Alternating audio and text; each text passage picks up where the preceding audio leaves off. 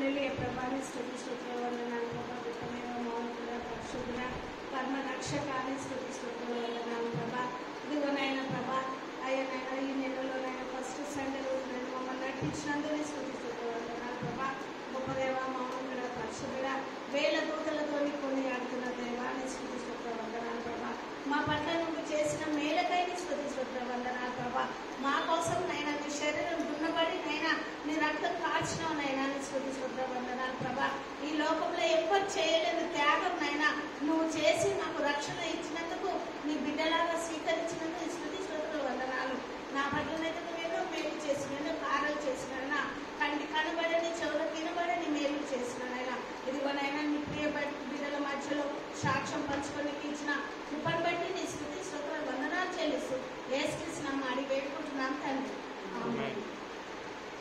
దేవుని నామ స్తోత్రము. నేను ఒక అన్యురాలిని పెద్దగా ఉంది సాక్ష్యంలో స్టార్ట్ అయితే నాకు పిల్లలు కాదు అని చెప్పినారు. పిల్లలు కాదు అని అంటే నేను ఎక్కడెక్కడో హాస్పిటల్కి వెళ్ళాను. వెళ్తే నీకు గర్భం చిన్నగా ఉంది పిల్లలు కాదు అన్నారు. అయితే నేను ఒక ఈసైలో ఒక ఆంటీ ఉంటుంది, వాళ్ళు రెడ్డిస్ అనమాట. అయితే ఆమె దేవుని నమ్ముకున్నది. అయితే ఆమె ఏమన్నది నీకు అయితే అది ఎదుగుతాడు నువ్వు ప్రార్థన చేయి అన్నది. సరే ఆంటీ దగ్గరికి వెళ్ళేదాన్ని. వెళ్తుంటే ఆంటీ ప్రార్థన చేసింది. ప్రార్థన చేస్తుంటే నువ్వు కూడా చేయి అన్నది. ఉపవాసం ఉండు అన్నది. 40 రోజులు ఉపవాసం ఉండు అన్నది. అయ్యో పొద్దున్న లేచి నేను తినేదాన్ని నేను ఎట్లా ఉండాలని నువ్వు అడుగు తేగొన్నాను. సరే నా నైట్లో ప్రార్థన చేసుకున్నాను. ప్రభా అస్సలు నాకు ఆకలి తప్పితే ఏమి ఉండదు, నేను ఉపవాసం ఉండాలంటే అని ప్రార్థన చేస్తే ఇంకా నా పక్కకు ఒక గ్లాస్ పెట్టుకునేది పండుకుంటప్పుడు. మా ఆయన కూడా తాగేయడం తాగుకుంటే అప్పుడప్పుడు ఒకళ్ళు మేలుకోసం ఏం కదా అట్లనే అక్కడ గ్లాస్ కూడా లేదు. రాత్రి పెట్టాను చూసే వరకు లేదు. అయితే నేను ప్రార్థన చేశాను కదా, ప్రభా ఆకలి తప్పుడు తీసేయి నేను ఫాస్టింగ్ ఉండాలని. అట్లా గ్లాస్ కూడా లేదు, వాటర్ కూడా లేదు. దేవుని నామ స్తోత్రము. అయితే ఉపవాసం ఉండేది స్టార్ట్ చేసే వరకు ప్రభా ఆంటీ అన్నది ఇంకా అయితే లేదు ఆంటీ మళ్ళీ హాస్పిటల్కి వెళ్తున్నాను అంటే వాళ్ళు ఏమంటున్నారు కారు అని అంటున్నాను. అయితే ఏం చేయాలంటే అంటే ప్రార్థన చేయి నీ విశ్వాసంతో. అందరు చేసిన ప్రార్థన కాదు, నువ్వు చేయి సొంతంగా అని అంటే సరే ప్రభా మళ్ళీ కుక్కలకు ఉన్నాయి ప్రభా పిల్లలు, పందికి ఉన్నది పిక్కుకి ఎన్ని పిల్లలు వస్తాయి మళ్ళీ నాకెందుకు కాదు అట్లనే పోల్చుకున్నాను. ఇక రాత్రి 3 గంటల రాత్రి వేసి బాగా ఏడ్చేదాన్ని, ప్రభా నాకు సంతానం కావాలి. మా భర్త నన్ను వదిలేస్తున్నాడు, మా అత్తగారు కూడా వద్దు అని అన్నారు. అదే నాకు సంతానం లేకపోతే మళ్ళీ నేను ఎట్లా. మా ఇంట్లో అందరికీ ఉండే, మేము 5 మంది అక్క చెల్లెలు 3 అన్నదమ్ములు అందరికీ ఉన్నారు పిల్లలు, నాకే లేరు. తమ్ముడికి 2 కొడుకులు, చెల్లెకి 2 బిడ్డలు, ఇంకో చెల్లెకి 2 కొడుకులు, మళ్ళీ నాకే లేదు ప్రభా అని నేను కుక్కతో పంపుతో అట్లా పూసుకున్నాను. దేవుని నామ స్తోత్రం. ఇంకా 3 రోజులు 4 రోజులు అట్లనే కంటిన్యూ ప్రార్థన చేస్తున్నాను. అన్నం ఆకలి దగ్గరికి తీసివేసి ఇంకా నేను ఇక్కడ ఎక్సెల్ టెలికాంలో పనిచేసేదాన్ని, ఆఫీసులో టీ కాఫీలు ఇచ్చేదాన్ని. అయితే అక్కడ కూడా ప్రార్థన చేసుకుంటేనే కాఫీలు ఇస్తుంటే సార్లకు పాటలు పాడుకుంటారు, కాఫీ ఇచ్చేదాన్ని. నువ్వు కాఫీ తాగవు అంటే తాగుతున్నాను అంటుంటుంది. సాటికి వెళ్ళి పాలు పోసి వస్తుంటుంది. అట్లా నేను ఇస్తుంటే నాకు దేవుడు చక్కటి వార్తలు ఇచ్చాడు. అయితే డాక్టర్ అయితే నాకు సంతానం కాదని చెప్పారు అమీర్పేటలో గీత నర్సింగ్ హోమ్ దగ్గర. ఆ డాక్టర్ దగ్గరికి వెళ్ళినాను. ఆంటీ ఏం చేసింది, ఒక నూనె ఇచ్చింది ప్రార్థన నూనె. అది 3 చుక్కలు నీళ్ళు వేసుకొని తాగాలి, కడుపు రుద్దుకాలి, తాగాలి, కడుపు రుద్దుకాలి. అట్లా ప్రార్థన చేసి 1 వీక్ లోపల నాకు సంతానం ఏప్రిల్ 1కే పాప వచ్చింది. అయితే దేవుని నామ స్తోత్రము, దేవునికి ఎంతో వందనాలు. అయితే ఇక మళ్ళీ ఆమె వచ్చినాక తర్వాత ఇక నేను చర్చిలో పెద్ద సాక్ష్యం వచ్చినాను. మళ్ళీ ఇంకొకటి ఏంటంటే ఇప్పుడు దేవుడికి పోవాలా, ఉద్యోగం లేదు పాపకి. నేను అనుకున్నాను ఒకటి, మా ఫ్యామిలీలో ఎవ్వరూ అంత మంచిగా చదవలేదు. నా బిడ్డ ఎంతవరకు చదువుతుందో అంతవరకు నేను చదివిస్తాను అని అనుకున్నాను. పీజీ చేసింది నా కుమార్తె. అయితే దేవుని నామ స్తోత్రము. మళ్ళీ ఇక్కడ రాజమన్నక్క ఇక్కడ తీసుకొచ్చింది, ఆంటీ దగ్గరికి వెళ్దాము అని. అక్కడ ఉన్నప్పుడు చర్చు అక్కడ తీసుకొచ్చింది, మళ్ళీ ఇక్కడ తీసుకొచ్చింది. దేవుని నామ స్తోత్రము. మళ్ళీ ఉద్యోగము కావాలన్నప్పుడు ఆంటీ అన్నది ఇక్కడ నిల్చోబెట్టి ఆంటీ అని అంటే నిల్చుంటే ఆంటీ ప్రార్థన చేసింది.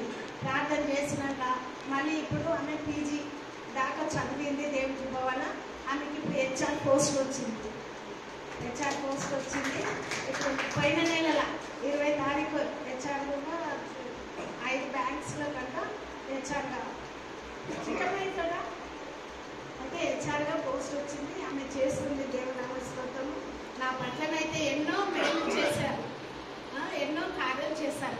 ఈమె కూడా చాలా వీక్గా ఉండే, ఏమవుతుందో అన్న. కానీ నేను ఇప్పటికైనా మా బిడ్డ కూడా జ్వరం వచ్చినా ఏది వచ్చినా హాస్పిటల్కి వెళ్ళదు, ప్రార్థనలోనే కడుపుైనా రాసుకుంటుంది. ఏదైనా చాలా బలహీనతగా ఉంది, కానీ ప్రార్థన నూనె ద్వారానే మా ఫ్యామిలీ మొత్తం గెలిచారు. మా ఆయన కూడా కిడ్నీలో రాళ్ళు వచ్చింది.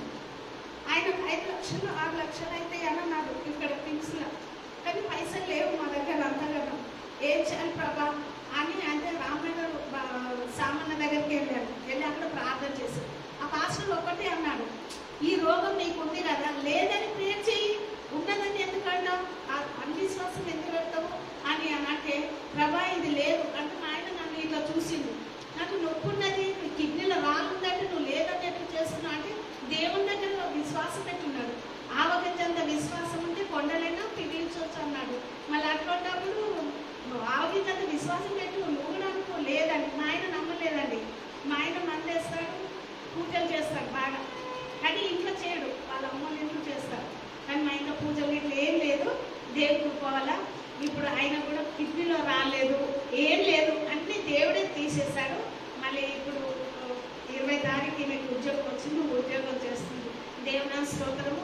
ఆంటీ కూడా ప్రార్థన చేసింది, ఆంటీ కూడా మెసేజ్ పెట్టినట్టు ఉద్యోగం వచ్చిందని పెట్టాలంటే పెట్టింది. అట్లా ఇక్కడికి వచ్చి నుంచి నాకు 2 కార్యాలు అయింది. మా ఆయన పాటలు పెట్టుకో, మార్నింగే చర్చ్కి వెళ్తాను 7 గంటల కూడా ఏమీ అంటలేడు ఆయన, వెళ్ళు అని అంటున్నాడు. ఇంకొకటి ఆంటీ ఎప్పుడైతే నిలబెట్టిందో ఉద్యోగం లేదని ఈమె కోసం ప్రార్థన చేయమని చెప్పింది. ఈ పాపకి మన ఇంకొక ఆమెకి అయితే చెప్పిన వెంటనే 1 వీక్కే సండే చెప్పింది, మండే వరకు ఈమెకు ఉద్యోగం వచ్చేసింది.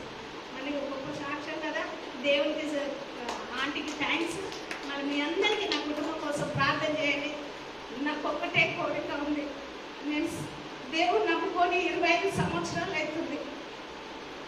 నా బిడ్డ నమ్మలేదు, మా ఆయన నమ్మలేదు. నాకు ఒకటి ఏంటంటే దేవుడు ఎన్నో కార్యాలు చేసి నాకు అట్లా నేను చనిపోయే లోపల నా భర్త కూడా నమ్మాలి. ఇప్పుడు నా బిడ్డ నా ఎప్పుడే చర్చ్కి వస్తుంది, ఇక్కడికి మళ్ళీ వాళ్ళు ఎప్పటి గుడికి వెళ్తుంది. కానీ 2 ఆంటీ కూడా ప్రేయర్ చేసింది, 2 పాడవలు ప్రయాణం చేయొద్దని. కానీ నేనేం చేయలేను కదా, అందుకే దేవుడికి అప్పచెప్తాను. మీ అందరికీ రిక్వెస్ట్ చేస్తున్నాను, నా భర్త కోసం, నా కూతురు కోసం రక్షించాను. ఎందుకంటే రక్షణ ఆత్మ లేనివాడు నా భర్త కాదనుకున్నాడు. మన రక్షణ కంపల్సరీ కాదు. సిస్టర్ కూడా చక్కటి వాక్యం చెప్పింది. అయితే దేవుడు నాకు ఇట్లా ప్రార్థన చేస్తుంటే వర్షం కూడా ఇచ్చిండు, మళ్ళీ తలంతు కూడా ఇచ్చిండు.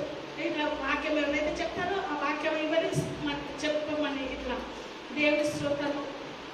మన అనేక బిడ్డలకు మననైతే మన ఇంట్లో 6 రోజులు ప్రేయర్ మీటింగ్ ఉండే, ఫాస్టింగ్ మీటింగే ఉండే. దేవుడు చక్కగా డైలీ మార్నింగ్ నుంచి ఏ మంచినీళ్ళు ముట్టకుండా 5 గంటల దాకా ఫాస్టింగ్ ఉండి అందరి కోసం, అందరు వచ్చిన వాళ్ళందరూ ప్రార్థన చేస్తుంటే లాస్ట్ వాళ్ళకి అందరికి టీలు ఇచ్చిన అప్పుడు నేను ప్రార్థన చేయించుకొని వాటర్ తాగుతుంటుంది, టీ తాగుతుంది. అట్లా నాకు 6 రోజులు ఫాస్టింగ్ ఉండి ఇంకా దేవుడు కూడా నాకు శక్తి ఇచ్చాడు. ఇంకా అనేక బిడ్డల కోసం ప్రార్థించాను, ఇంకా దేవుడు శక్తి ఇవ్వాలని మీరందరూ ప్రార్థన చేయరు. ఆంటీకి థ్యాంక్స్ మరి ఒకసారి, మీ అందరికీ వందనాలు. చిన్న సాక్ష్యం దేవుడి గురించి. Just to translate, summarize the testimony that sister has shared. She is from a non-Christian background, but she got to know about our Lord when she was actually asking God for she was yearning for a child. She did not have children. Among her brothers and sisters, among all of them, she was the only one who did not have children. It was then that she was longing for a child, and one of the aunties, her acquaintances, she had mentioned that when she starts praying in faith, God will listen to her. And then when she started praying, she was guided to be fasting and praying for 40 days. She was not sure if she would be able to fast for that long, but she asked God for strength, and God helped her to fast during those 40 days.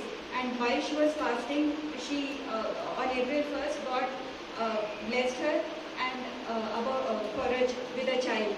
And that child also, when she was born, she had prayed to God that, and she had a yearning in her heart that she should be able to help the child study to the extent that she was able to study. And by God's grace, she was able to complete her PG. Then when she had come here, auntie had prayed for her, for a job for her. And the very next Monday, after auntie prayed, she was blessed with a job as a HR, and where she was taking care of 5 different banks. And sister's husband also, who was into idol worship and also into drinking and all, he himself had stones in his kidneys.